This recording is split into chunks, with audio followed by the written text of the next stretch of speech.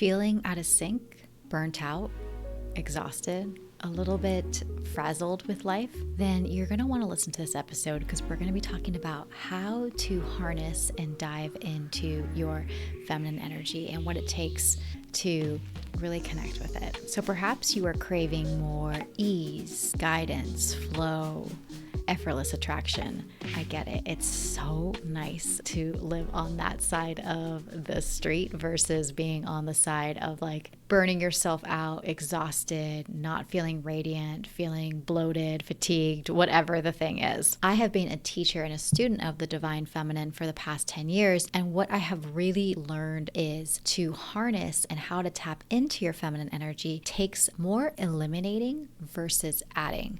So I know sometimes we can get overwhelmed and say, okay, I need to add a bunch of new things, a bunch of new hobbies, a bunch of new rituals, and new goals. It's actually about subtraction. So I want to teach you how to boost your feminine energy. You can connect more with that soft girl life, connect more with that flow, that fun, that just loving life kind of energy. And this is what this video is going to be about. Over a decade ago, I worked for Anheuser-Busch, which is a beer company, and I actually worked for a couple other promotional companies, and I was absolutely hustling. I was trying to go for the thing, climbing up the ladder, trying my best, do all the things, and I noticed that I was extremely cyclical. I didn't notice it at the time, but I noticed that I would have my highs and then I would have my lows, and I was constantly asking myself, what is wrong with me? Why can't I sustain this? Why can't I continue to go for this goal or continue to make things happen or just be grinding all the time when really actually I was never built that way. I've actually been very feminine my whole life, and it was in my 20s where I just took myself out of that equation and tried to fit in this weird mold that wasn't even me, when actually who I am at my core is quite feminine. I like dresses. I like colorful things. I like,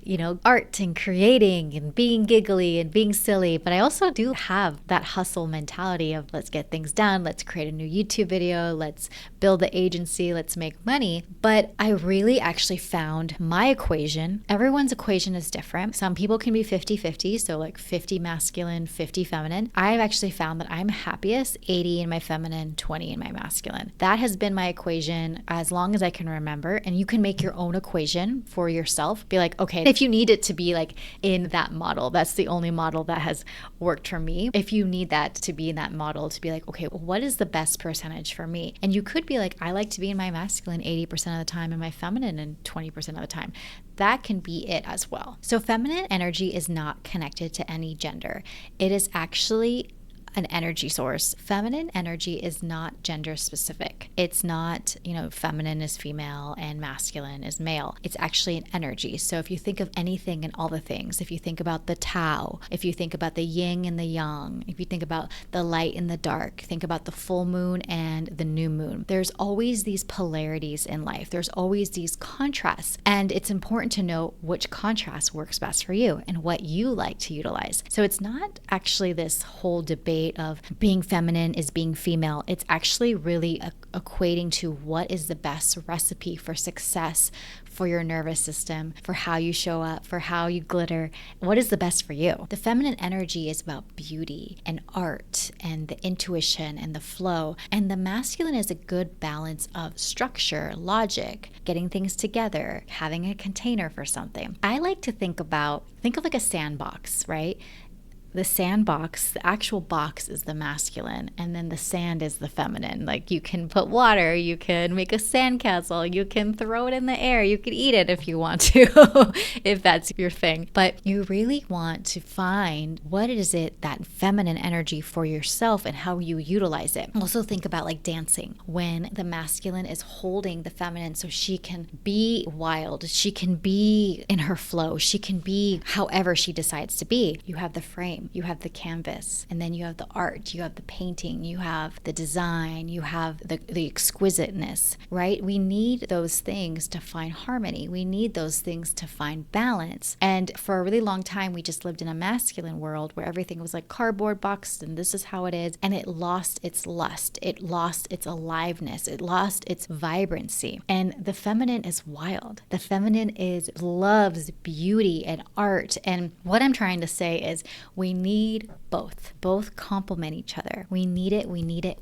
Because when you are tapping into your feminine energy, you can feel more grounded, you can feel more intuitive, more calm, more connected. You could feel like you want to do things that don't necessarily have some type of outcome, some type of goal, some type of checklist sort of thing mentality. It's like I'm literally creating this meal because I want to eat it and it's delicious and it looks good, or I want to look beautiful just for myself today. Of course, we can have goals like I want to look beautiful because I'm going to film a YouTube video, or I want to look beautiful because I'm going to go to a wedding or an event. But it's really about doing things and enriching things just for the experience of the thing. And when you just go for the experience, you're actually living into life. You're enjoying life. And that's what the feminine wants. It's this enjoyment. It's this overflow. It's this love. And you will find people that are very triggered from the feminine. They don't like the feminine. They don't want you playing with it, utilizing it because it's been shunned for so long. I mean, that could be another episode. It has been demonized for a very long time. But it's just this balance. Remember, it's the yin and the yang, the full moon and the new moon. It's the up and the down, the left and the right. It is literally just polarity. It is the duality of things. One of the things that really catapulted my success with feminine energy is quite the challenging one, but it's to surrender control and embrace the flow. Yes, I love an itinerary. I love a plan. But like if you go on a vacation or something, obviously you plan, you get there, you do the thing, you bring the swimsuit, but then you're like, okay, today I'm going to be surprised and delighted. What's the intention? Actually, that's what I want to also guide. The feminine is having this intention. What is the intention of today? So just say you're on vacation, you're like, I want to explore, or I just want to rejuvenate or relax. I want to rest, or I want to connect, or I want to drink margaritas. I don't drink anymore, but you know what I mean? Like whatever you decide you want to do. So embracing that flow over control and surrendering, I swear to you, life is way more juicy. You have way more fun when you can be surprised and delighted by life versus trying to control every single situation. There are times for that when you're like, okay, I got to get this in order. I have to expedite this. I have to make this happen. But I would say that that was one of the key factors that really helped me connect with my feminine. Because like, for example, in business, sometimes you're going to have busy seasons and sometimes you're going to have slow seasons. And when I have a slow time, a slow moment, I now no longer fear them. Before I would be like, oh my God, I have to control this. I have to like get these spots filled. I have to do this. I have to do that. Like, no, the right clients are coming. It's all good. It's all happening. I trust that money is coming. I trust that I'm going to be taken care of. I trust. Practice receiving and spend more time in nature. Nature is naturally feminine.